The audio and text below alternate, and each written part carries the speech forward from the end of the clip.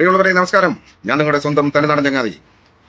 Election അടുക്കാറായപ്പോൾ വീണ്ടും തള്ളുമായിട്ട് നമ്മുടെ മുഖ്യമന്ത്രി കൂട്ടുകാരൊക്കെ ഇറങ്ങിയിട്ടുണ്ട്. പണ്ടൊരു തള്ളി ഒരു കിറ്റ് കൊടുത്തപ്പോൾ ചാച്ചരൻ പ്രഭുത്വൻ എല്ലാം മറന്നങ്ങ് കെട്ടിപ്പിടിച്ചു.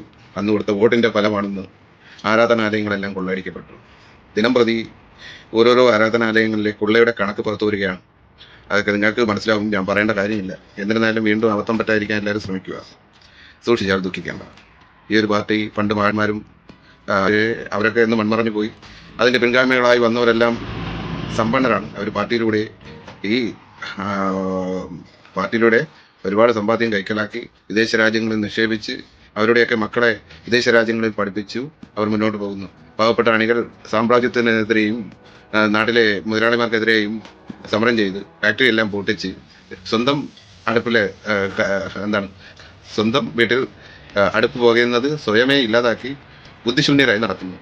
ഇതാണ് നമ്മുടെ നാട്ടിലെ കമ്മ്യൂണിസം. ഇനിയെങ്കിലും ബുദ്ധി ഉണ്ടെങ്കിൽ ചിന്തിക്കുക, പ്രവർത്തിക്കുക. അല്ലാതെ ഇനി കമ്മ്യൂണിസം ഒരിക്കലും നമ്മുടെ നാടിന് നേട്ടമായി വരുമെന്ന് വിചാരിക്കരുത്. അതേപോലെ തന്നെയാണ് കോൺഗ്രസ്. ഇടതിൻ്റെ മന്ദിരത്ത് വലതിന് വയ്ക്കും, വലതിൻ്റെ മന്ദിരത്ത് ഇടതിന് വയ്ക്കും. അങ്ങനെയാണ് ചെയ്തു വന്നത്. പക്ഷേ അവർ കോൺഗ്രസ്സുകാർ ഇന്നിപ്പോൾ ചെയ്യുന്നത് പറയുന്നത് കേട്ടിട്ടില്ലേ? രണ്ട് വർഗീയ പാർട്ടികളെയൊക്കെ കൂട്ടുപിടിച്ച് അവർ ഇന്ന് മതേതരത്വം പറഞ്ഞ് നടക്കുകയാണ്. എന്നാൽ യഥാർത്ഥ മതേതരത്വം പറയുന്ന രാഷ്ട്രീയ പാർട്ടിക്കാരെ ഇടതിനും വലതിനും കൂടി വളരെ മെച്ചമായ വെള്ളങ്ങളിലൂടെ ജനങ്ങളെ തൃപ്തിപ്പെടുത്തിക്കൊണ്ട് മുന്നോട്ട് പോവുകയാണ്. അതുകൊണ്ട് ജനം വിശ്വസിക്കുക. നിങ്ങളുടെ വിരത്തുമ്പോൾ ഗൂഗിളുണ്ട്, അതിനകത്തൊന്ന് ചെയ്യുക.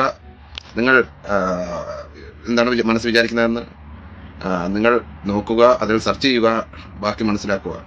നിങ്ങളെ ഇവന്മാർ പറ്റിച്ച് കൊല്ലുക. ആദ്യത്തെ 5 കൊല്ലം പീഡിപ്പിച്ചിട്ട് മതിയാവാതെ നീയൊക്കെ പോയ ഒരു കിറ്റിന്റെ അടിസ്ഥാനത്തിൽ രണ്ടാമതൊരു 5 കൊല്ലം കൂടെ കൊടുത്തു. നല്ല പോലെ വേഷ നാടും വീടും എല്ലാം നശിപ്പിച്ചു. അതുകൊണ്ട് മനസ്സിലാക്കുക, പ്രവർത്തിക്കുക. Okay, thank you.